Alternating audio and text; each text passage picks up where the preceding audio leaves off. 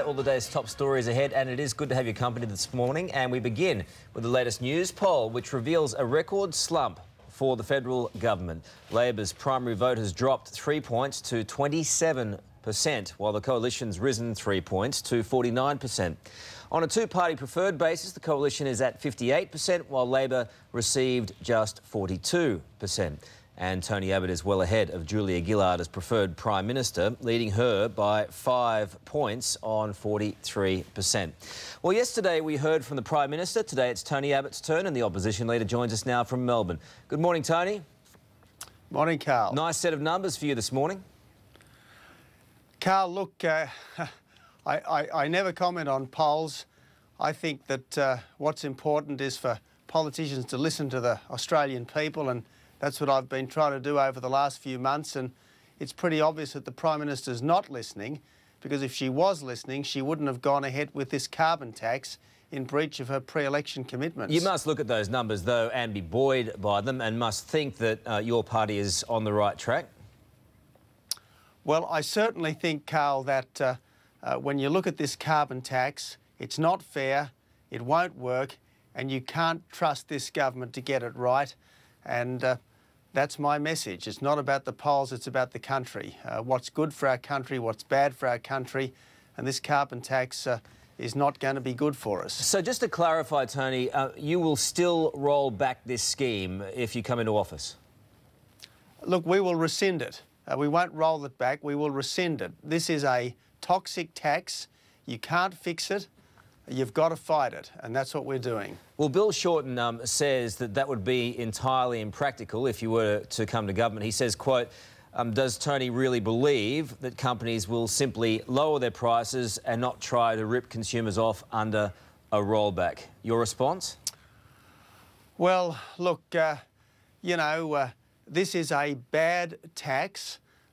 It's a tax that's just going to go up and up and up with each passing year, and the best thing we can do is scrap it. I don't say that I can solve all problems if I come into government, but I do say that the best thing I could do is stop this tax, and if it's already in place, get rid of it. So in doing so, will you also roll back or rescind compensation?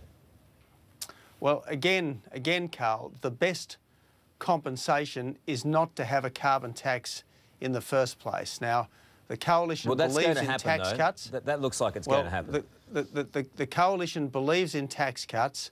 We'll have a tax cut without a carbon tax, and it'll be paid for out of savings from the budget, because this is a government which has had spending out of control for 3.5 years. So it won't be called compensation, it'll just be a tax cut?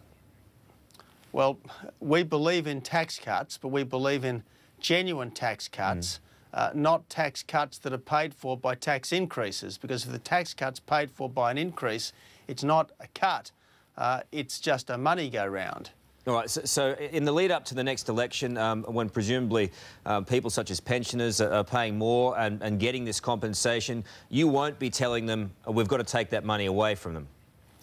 Look, the whole point, Carl, is this is a bad deal for the Australian people. It is a very bad deal for the Australian people, and I don't think you should for a moment assume that it's a done deal.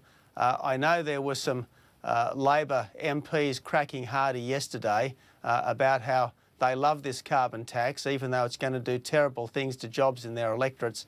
There is a lot of unhappiness in the caucus, Carl, a very great deal of unhappiness in the caucus. This is not a tax package that was approved by the caucus.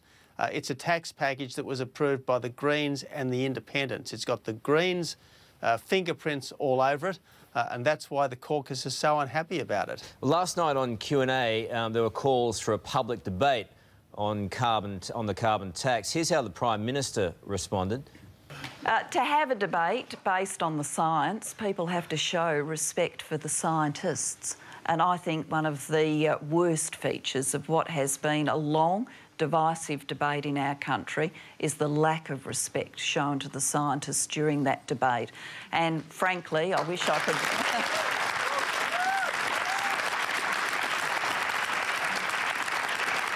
I wish I could sit here and say to you that's all going to change overnight, but I don't think it's going to.